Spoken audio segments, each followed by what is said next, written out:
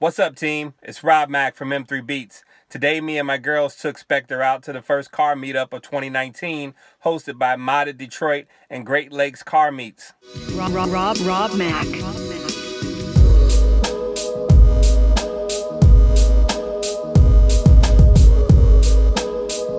I wasn't expecting it to be a huge turnout, but once I got to the parking structure where they held the event, I was floored that they almost had 2 to 3 floors already filled up with cars, you know, all makes, all models from all over the greater Detroit area.